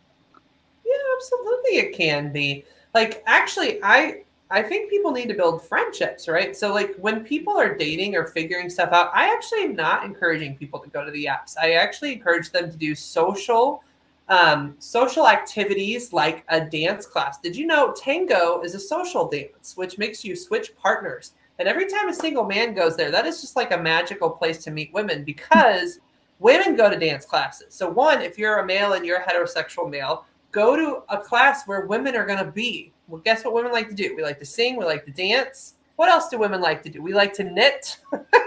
So think of the things that might be gender typical of females and go put yourself in a social class where there's women if you're a heterosexual male, and just be friendly and get used to talking to women on a regular basis in this very casual, friendly, like, hey, what's your name? Cool. My name's this. It's good to see you. And then like you repeat, because what happens is it's not just one class. It's the repeating of a place where you create familiarity because people warm to each other, right? So like the first time I was talking, so it was one of the younger generation. And she's like, it was another podcast. I was being interviewed by this girl who's in her 20s. And she's like, I guess I could go to an event and try to talk to people. I'm like, no, nobody talks to anybody at an event. You don't go to an event to meet people. You go to a social class that repeats over and over and over again because first you feel awkward. But like then meet one person, meet a social not a social butterfly, like meet somebody who's a fly on the wall. Or maybe a social butterfly will introduce themselves to you if you're a little nervous, but then like keep repeating it. Then you start to just get familiar with the environment, you get comfortable, and you start talking to more people and you show yourself as personable. And then you might find, oh, this person I kind of like, I'm liking a little more. Then invite that person out for a date. That's how you should date. But like people are doing it and just like, I don't know, it's so backwards, like this dating app swipe. Nah, I'm not going to try it. And like, there's this ick factor going on where they just get so judgy so quickly for these random things.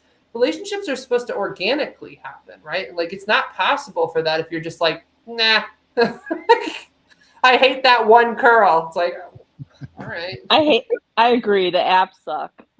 I did it for like Everybody 3 months and it's just, they're horrible.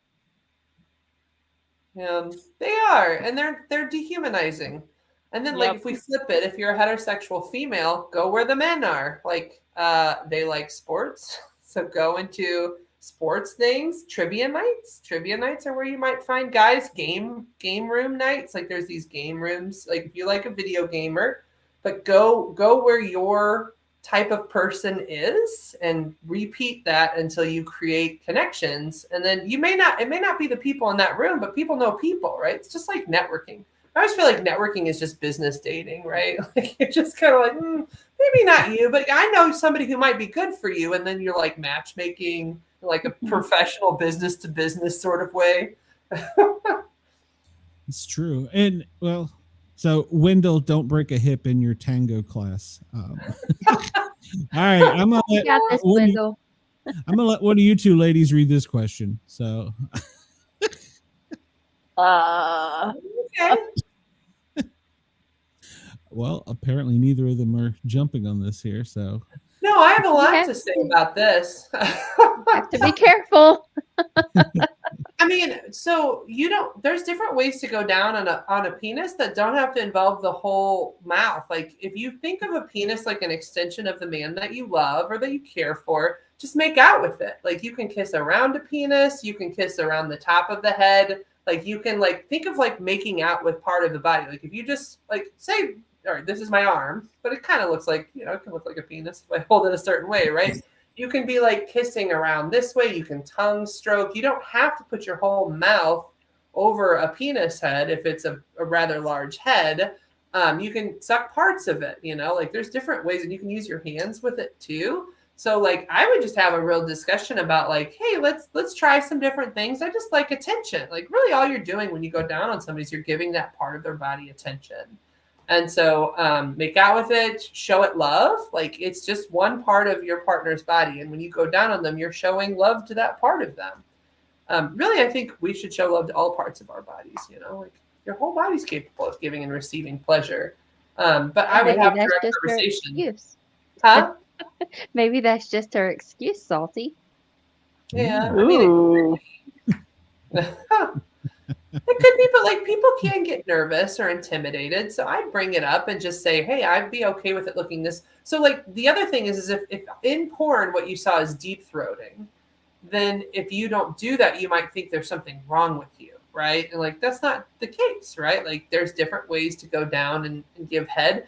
Giving head's more about enthusiasm. The biggest skill in going down on somebody isn't your technique. It's the excitement to be there. That's what's hottest about going down on somebody. Oh my God, I'm just going to get in here and do all kinds of stuff. That's the exciting part of oral. When you receive and somebody's just super excited to be there, that's the hottest part of oral sex.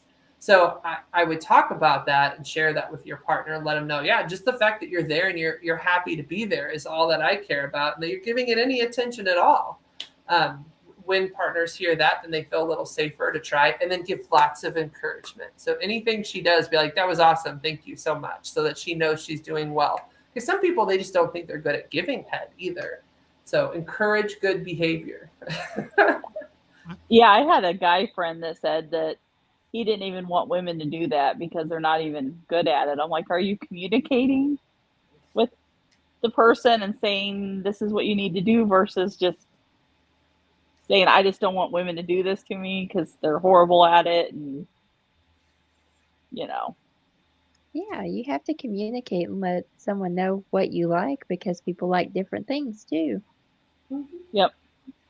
Yeah, every penis is different. Every vulva is different. So yeah, talking about, it might be nice if we tried this. So I do teach language, and a lot of people don't know how to talk about this stuff in a positive way. So what was that comment? if you think your arm looks like a penis, your husband must be packing. You'll never know. Well, he also said that his person told him to write plenty of information because apparently he is sitting there with his thumb up his behind. So. Well, if you want to see me, it's openbedroomdoors.com and the YouTube is at openbedroomdoors. Please follow, like, and subscribe, submit comments, because I give a lot of free skills and tips on my YouTube, and but I do also see people for money too, so I definitely want to see for therapy as well. But I put a lot of free stuff out there because I really want to change the way people interact around sex. Oh, so before I got distracted by the penis comment, I was saying the way people talk about sex, you can do things in an encouraging way, right? So if somebody's going down on you, it sounds way better to say, hey, I love it when you do this versus why are you doing that? Or I don't like that. There's even your approach can make it more inviting and exciting, right? Ooh, I love it when you do that. Could you do more of that? That's so sexy. Oh, do more. Ah, get a little over dramatic. It's fine. But more positive feedback, people respond better to than stop that. I don't know why you're doing that. What's wrong with that's very critical. And so I even am teaching people basic stuff. Here's how to give feedback in a way that makes somebody want to do the thing you're asking. Yeah, all of us women kind of got on him and said you need to communicate versus just going into it with that attitude. Yeah. Maybe he just doesn't like oral sex. I don't know. I don't think guys really talk about that kind of stuff, but just when he told us that, we were like, well, communicate, like, or, you know, like something. Just don't be negative about it. I mean, I can assure you from having been around, I've slept with 14 guys. We do talk. So not like women do, though. I don't know. We've had, well, now wait a minute here. Hold up. We've got female firefighters, and some of them are, holy cow, worse than us sometimes. So. I believe it. So, but I think you have to be, because like I said, we're adrenaline junkies, but well, all right. So one question we always ask every guest: have you ever personally had any paranormal experiences? Mm-hmm.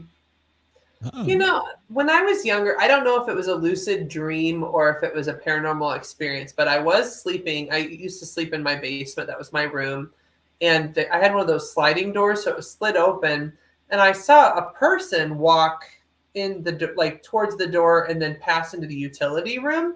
And I wasn't like nervous or anything. I was like, hey, you know, like I thought it might be my sister or a brother. And then I went to the door and I didn't see anybody there. So I'm not really sure. It's possible that was a ghost, but like I was laying down and sleeping. So I was like, was it a lucid dream? You know, either way, whatever the person or thing was, it was a very, you know, it wasn't a violent person or dream. It was just kind of like, hey, how's it going? You know, they didn't say anything, but they just passed. Have you guys ever experienced ghost experiences? Yes. No. Wow. No. And let me answer, Salty Dog. No, you're not, Salty. It's just I don't want to run her off too soon. We just got her, so I can't scare her off yet. Yeah. Why is he blackballed? He is not blackballed. He's over here. He's hitting on Casey, and I'm like, I can't run her off just yet. So. He always is. That's just, yep. That's him. Someone's got a crush on you. Well, he's got to leave Amanda alone because he knows that Amanda will probably beat his ass if not Abe would. So, no, Salty. He doesn't like me anyway. Oh, good Lord. He likes Glenn.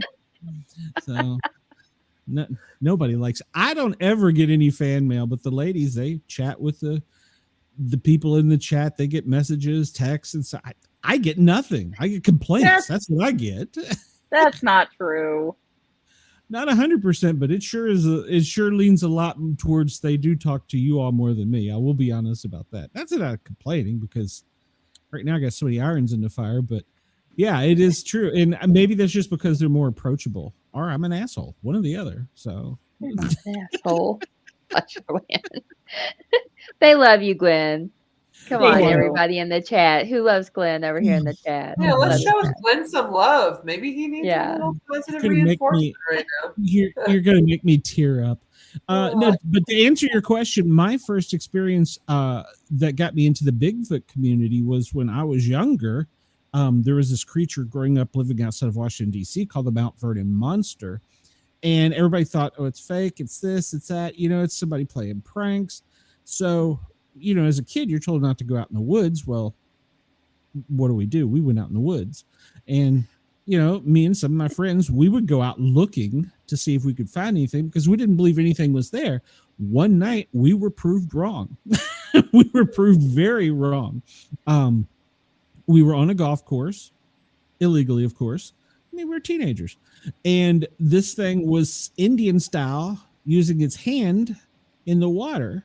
And we came up there. We were not being quiet. So the thing didn't smell us or hear us, apparently. But we were like, oh, it's a hobo. Ha, ha, ha. And we were going to have some fun. When it stood up and let out a growl, we knew right away we had made a serious mistake.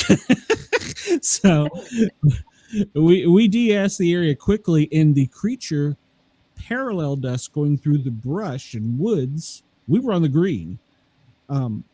It paralleled us and sounded like a train going through the woods, jumped over a 11-foot tall fence and landed across the road, did the same thing on the other side. Picture a colonial mansion style fence where they've put barbed wire on top, and landed on the other side. I call it now Iron Man pose, where they land with one arm down and they're looking at you. And it had the most brilliant silver eyes of anything I've ever seen, and of any animal I've ever seen. It had the whitest teeth that were purely visible as it was snarling at us. From that moment on, I was hooked. So, yeah, I was terrified, but I was hooked. So, yes, that was my first Bigfoot experience. So, and it is not my job on this show, nor talking to anyone, to convince them that Bigfoot are real. They have to go out and find out for themselves. You don't have to believe it from me. I could be lying. So it's true. So, Amanda, you've had some experiences, I know. Oh, yeah. Out here on the farm, I live on the Kentucky River, and we built our house here over the course of 3 years. And apparently we either disturbed something, there was something already here that our neighbor knows about it. And when I mentioned something, she said, keep it over there. We don't want it. She said, you can talk to my husband about it. He knows more about it. But you make sure it stays over there. So I've seen, it's like people walk across our deck out back. I had something pinch me in the kitchen. Something tried to get in my bedroom door one day. I've had a door just open that's really hard to open, and it just opened on its own. Yeah. So I've had several things happen out here. Have you saged and everything? No, I won't sage until I have someone come out and investigate. That's your inquisitiveness. You want to know more about it. I want to know more before I try to get rid of it. I may not get rid of it. I may just see kind of what happens. It's scary when they're pinching you. Yeah, that was pretty scary. It felt like a hair going down the back of my arm at first, and then it was a pinch, and I looked and there was no hair at all. So I don't know what the hair feeling was all about. Well, even my husband thought he saw me walk across the deck out back, and I was in the bedroom. Skinwalker. Something. Could be. Yeah. Well, I think they can manifest. Now, I don't, with the guests I've had that have said that they still have relationships with their husband on the other side, I don't know about, but I will say they can manifest things. They can touch you. I've had, sitting in a room where there's no water or anywhere, I have seen a single drop of water come down and strike my arm, and there's no explanation for it. There's no science that can tell you what that was, so I think they can manifest, but there are also things that can do that in a bad way too. So we hear sometimes a lot about them. Yeah, I've never really had that many spiritual or paranormal experiences. So, but it's always fascinating to hear from other people, like your versions of what you experience. So it's interesting. Yeah. Well, on the flip side, has somebody come and sat down on your couch and come up with something so crazy that you even went, ooh? I mean, it's sex. So there's definitely stuff like that. I do get desensitized, I will say. So like when you talk about sex all day, every day, now it's rarer for that to happen. But early on in my practice, there was this couple that I saw that was doing like a type of scalpel tattooing to each other, like where they would cut each other, and it just terrified me at the time. Now I'm like, okay, well, I guess that's kind of similar to tattooing, so it doesn't feel the same way now. But at the time, my response was, is there a medical textbook close by? Like, why are we doing this? So, you're so, when you're a therapist, you're working on that non-judgmental, okay, tell me more, so people feel comfortable and safe. But, it really threw me off, because I was like, why are people doing something like that? now, I mean, people. I do think people try to shock me, but I've heard so much now that it's kind of like, all right, another day, another blowjob. Tell me more. I love it. I need that on like a pillow or a canvas or something to hang in my house. Another dollar, another dick that needs sucking, right? Wow.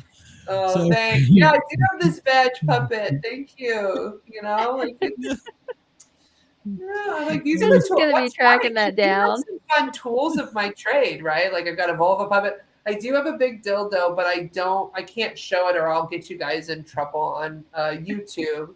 But I do have like you guys can all look up. So like, this is something funny. So I have these YouTube videos, and the one that I've gone viral on is like, to me, hilarious. It's how to give a penis massage, and it's not like, believe it or it's like not that racy, but like it's funny to me that that's the hill I'm gonna die on. That everybody's gonna like remember me for this how to give a penis massage video because like whatever. This is what the internet does. Your sex legacy. Like, this will be my legacy, right? I'm like, I have such quality videos on there of like different skills, but I did that one as like a one-off. I was like, I'll do this. This will be fun. And that's the one. That's it was a the one short. I remembered for. that's why you don't always want to go viral, because like you're never gonna go viral over something that like is really quality. Yeah. When I do, it'll be something stupid I said, I'm sure. There's a bunch of guys that want to see me give a dick massage. I'm like, well, great. I mean, technically it is a muscle, so I mean, as I always teach, there's 206 bones in the body, but the 207th you can still break. So. Well, isn't it actually technically cavernous, like balloon sacs, sort of like cavernous, because they grow up, they expand with blood, but then they release too. So there's like they're like sacs actually. But you can break them. Yes, you can. Yes, you can. Yeah, So, you can pop them. I have ran that call. So. You have. Oh man, that's Yeah. rough. And I was like, rookie, this one's on you. I'm out. But yeah, you can. And so, Rookie mistake. and Don't pull all the way out. it is extremely painful. Extremely painful. And I was kind. I did call for orders to get the pain medication, and the doctor just laughed at me. And I'm like, I tried, dude. I tried. Hey, that's not fair. That was painful. Does it heal? Like I've never actually does it heal afterwards pretty well, or is it difficult to heal? It's actually what starts Peyronie's, because it is a plaque. So yes, it does heal, but there is scar tissue. I mean, like when you cut your skin or wherever, there is scar tissue, and that is one of the ways that, well, it's probably the largest ways that Peyronie starts. So I'm just thinking about there's something like Mary. Yes. And when he zips it up. Yep.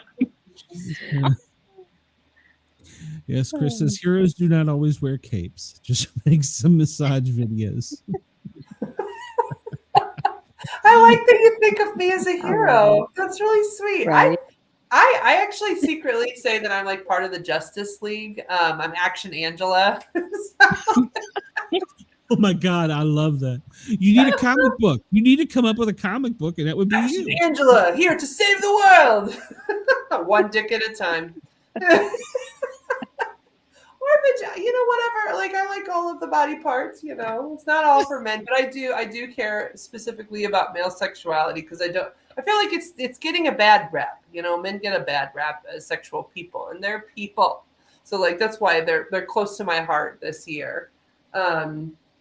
It's interesting, like where that actually came from is that I realized, like, so I'll give people like these different like videos and things to watch about healthy sexuality. Like Principles of Pleasure is on Netflix, and there's also other shows, but a lot of them are really targeted towards women, and there weren't a lot of educational materials targeted towards men. And then it like hit me. I was like, oh my gosh, we're leaving them out all the time, and that's why men don't know how to talk to us. Because like I believe in women's empowerment. Don't get me wrong. I want women to feel happy and safe and healthy in their bodies, but I think it needs to be complemented with male empowerment and male sexuality. Like, what is a healthy complement to that? Otherwise, then like they're still not learning how to like do this together. Like everybody's got to grow. I had a show where we interviewed a lot of people in the military and public safety for a while, and we had a guy talking about his PTSD and how he was now teaching people and going through things, and he came out with a stat on the military that made me just stop and just jaw drop. 64% of the rapes in the military are male on male, and they are not reported. And I was like, wow. And that is one of the things the military is now working on. Mm-hmm. So I did not realize that. That was a statistic. He had it. He's like, I know for a fact. And I was like, okay. And I didn't have any Cheyenne, Amanda, or Casey to help me that night because I was really kind of, whoa, Casey. I was kind of like thrown off because, I mean, he was obviously a victim of it and he was talking about it. But you're right. So, all right, Amanda. Abe's got a question here. How'd you get the beans? Yeah, it's from something about Mary. Yeah, that's what they ask him. They're like, how'd you get the beans over the Frank when he zips it up? Yeah. Mm-hmm. Wow.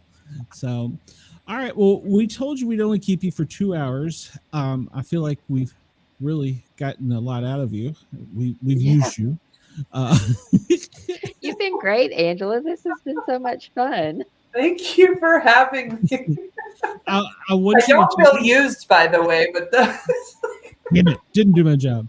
I want you to tell everybody, especially our radio listeners, I will go back and put it in the show notes and comments where they can find you. But for our radio listeners, where can they find your books? Where can they find you? And if they want to talk, it's okay. How can they get in touch with you? Yeah, so the easiest way to get in touch with me is my website, openbedroomdoors.com, and I have everything there. But I do also have a YouTube channel. So at Open Bedroom Doors is where I have free videos, which are relationship skills. I am re-upping my podcast, so be looking for the Open Bedroom Doors podcast on Podbean, and it will be out in about a month or so. But everything can be found on my website, openbedroomdoors.com. If you want to see me, submit a contact form. And you can also become a part of my newsletter. I have lots of different products. I have 3 different books I have out. And I also do like couples retreats. I speak. I have an event dinner with a sex therapist I like to do, which is just a casual dinner and a conversation. And yes, there's other people around. It terrifies. Okay. I have no idea what just happened. Casey broke the internet. That's all right. I'm back. It's the ghosts. The ghosts are haunting. But anyhow, there's lots of fun products and services. Just go to openbedroomdoors.com and you'll find me. Clearly, they're like, nope, it's over, Angela. Bye. That's how we get rid of guests. We just cleared off the screen. No, it's fine. Well, I mean, on the topic, as you are probably aware, you will get censored. So I think I'm going to guess that Facebook probably read my show description and killed it is what crashed the first studio. I'm just going to guess, but I don't know. Angela, will you come back? Yeah, sure. Okay. And feel free. Amanda is a professional wrestler. She can tell you some stuff on her show. Casey, she's weird, doesn't talk to us, so we don't really know much about her. I do. I talk to Casey. Yeah. And if you ever want a jocular fireman, I'm your guy. So yeah, if you ever need anybody on your show, because we like to swap. So yeah, of course. Yeah, it's about collaborating. You bet. I might steal her for my show. There you go. And Casey does have her own show. It's a little political sometimes, but we still love her. So you know. And she talks about this strange woman named Taylor Swift, who I didn't know much about until I met her. So I don't know who that is. Interesting. Yeah. I'm a DJ and I could not name one of her songs. My program director is like, I'm gonna mess with you. So, I have a 10-year-old. I mean, like when we go roller skating, Taylor Swift's playing all the time. I mean, come on. That sounds perfect. Do the young kids still put posters of girls up in their rooms, or is that gone now for screenshots? My kid doesn't do it, but I don't know that maybe other kids do. I don't know. I'm not in a lot of kids' rooms. Other than my daughters sometimes. Probably a good thing. It's probably a good thing. I'm in the adult bedrooms, not kids. My son had all Star Wars stuff in his room. Still does. I had cheerleaders. I had the Oakland Raider cheerleaders. That was mine. So and Jonathan Taylor Thomas. Oh yeah. So Rider strong. Okay. All right. I just wanted to say I'm showing my age here. I'm about to hit 50. So, Angela, that's a joke. I'm turning 25 for like the third time. Angela, I do appreciate you coming on, and you were great, by the way. I really do appreciate it because it's a scary subject to go on, but I enjoy talking about anything, and you made this easier to talk about, I guess is the best way of saying it. So thank you. I appreciate it. Thank you. Casey, Amanda, you got anything to say before I kick her out of the studio like I just said? So no, she was awesome. Learned a lot. In here. Yeah. See, I couldn't say that. I'd get in trouble. You're awesome. So yeah. Thanks. Awesome. You can, and I would have just said thank you. You don't have to say it creepy like that, Glenn. No. Yeah. There it is. Oh God. All right. I'm gonna get out of here before I get in trouble. Angela, thank you so much. I do appreciate it. I'll send you some info after the show, and I might try and see if I can sucker you into sending me a autographed copy of your book. So all right. Have a great day. Thank you very much. Thank you. Bye. See, that's the cue I was waiting on. Wendell said he had a Flora faucet. And Chris says the posters went out with the boobs on the calculator. Chris knows what I'm talking about. All right. Well, Casey, tell us a little bit. You got something coming up that you want to tell our audience about? I don't know. We got like 12 listeners, maybe 14. We're taking this weekend off, and then I'm going to cover a local case the weekend after, and then we're going to have another Swiftie author on the end of May. So, okay, cool. And what's the name of your show? Notorious Escapades. We're on Spotify and Apple. All right, there you go. So go check Casey out. And Amanda, you got anything? You gonna enter the ring and come out of retirement and beat anybody's ass or anything interesting? No, I don't think so. No, not this week. I'm pretty chill these days. She's happy with beating Abe up. So yeah, that's a full-time job. So big guy. So all right, well, cool. Well, I obviously I'm on the Thin Line Rock Station Tuesdays and Thursdays noon till 2. But I also have a new show from 1 to 3 where we talk about current events. Sometimes that dirty political thing, but a lot of times we talk about weather. So we do wind that. Maps. Would do what? Wind maps. Oh yes, wind map. Hey, don't joke. That's very peaceful. So we have the wind maps. That's AI generated. That's cool. So 1 to 3, you can check it out right here. And we're on Radio X, Yerg's Radio, Right Talk Radio, Rainbow Radio, and that is replayed overnight on Pine Island FM. Now, next Wednesday on the Paranormal Guys, we have Susan Schatzer. She is a CEO and a 14-time international award-winning best-selling author. So we're going to have her on. And then we're going to have Matt Bors.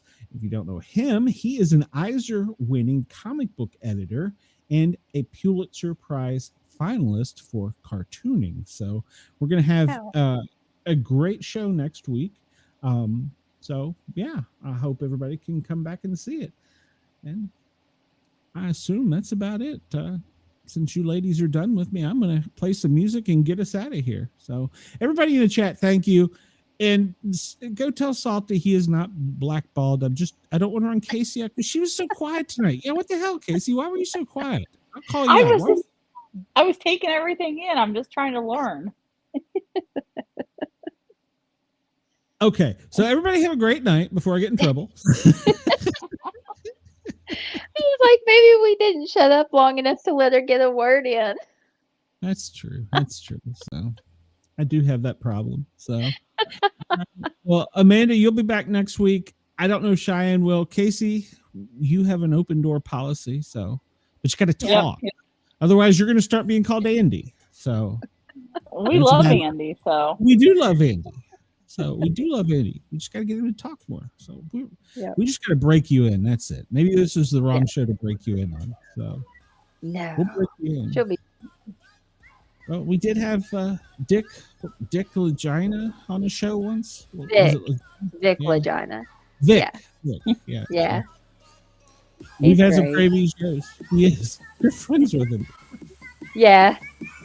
Not Yep, me. I got. We talk about our dogs. Never heard from him after the show.